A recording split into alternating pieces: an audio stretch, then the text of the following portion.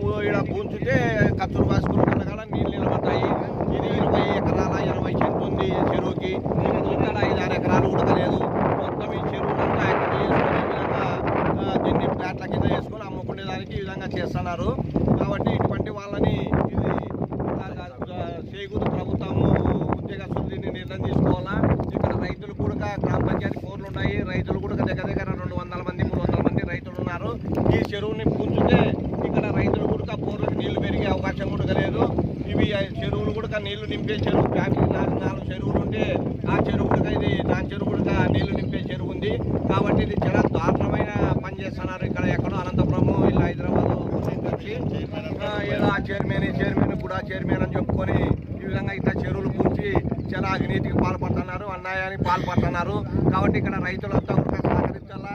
ఇక్కడ ఎంఆర్ఓ గారు కూడా ప్రభుత్వ ఉద్యోగస్తులు కానీ ఇక్కడ సిఐ గారు ఎస్ఐ గారు కూడా దీని మీద యాక్షన్ తీసుకొని దీన్ని ఖచ్చితంగా నిలబెట్టి ఇది మట్టి అంతా కూడా తీసేసి చెరువుని ఎడలుపు చేయాల్సినదిగా ప్రతి ఉద్యోగస్తులని కూడా కోరుకుంటున్నాము. ప్రతి రాజకీయ నాయకుడు కూడా ఈ చెరువు విషయంలో ఎవరే కానీ వాళ్ళకి సపోర్ట్ చేయకుండా ప్రతి ఒక్కరు కూడా సహకరించాలని ఈరోజు గ్రామంలో అంతా కూడా వచ్చినాము ఇక్కడ. కాబట్టి గతంలో కూడా నేను దీన్ని సంవత్సరం కింద అంటేనే ఈనాడు పేపర్కి వేయించి ఎంఆర్ఓ దగ్గర కంప్లైంట్ కూడా గీయడం జరిగింది. కాబట్టి అప్పుడు సరిగా వాళ్ళు పట్టించుకోక యాక్షన్ తీసుకోలేదు. కాబట్టి ఇటువంటి ఇక్కడ ఫ్లాట్ వేసినారు. గ్రామ పంచాయతీ పర్మిషన్ కూడా తీసుకోలేదంట. గ్రామ పంచాయతీ పర్మిషన్ తీసుకునేటప్పుడు ఇక్కడ బడికి కానీ గుడికి కానీ పార్కింగ్ కానీ వాళ్ళు ప్లేస్ చూపించాలా. ఎక్కడ ప్లేస్ చూపించుకోకుండానే వాళ్ళు ఫ్లాట్లు వేసుకొని ఎన్సర్ వేసుకొని ఈ విధంగా ఇక్కడ అమ్ముకుంటా దీన్ని సేల్ చేసుకుంటూ పోతున్నారు. రేపొద్దున ఇక్కడ బడి కట్టాలనే కూడా ఎక్కడన్నా ప్లేస్ చూపిస్తేనే కదా గ్రామ పంచాయతీ పర్మిషన్ కూడా లేకుండా చేస్తున్నారు. కాబట్టి ఈ మట్టి అంతా ఎత్తేసి చెరువుకి 20 ఎకరాల 80 సెంట్లు ఉంది.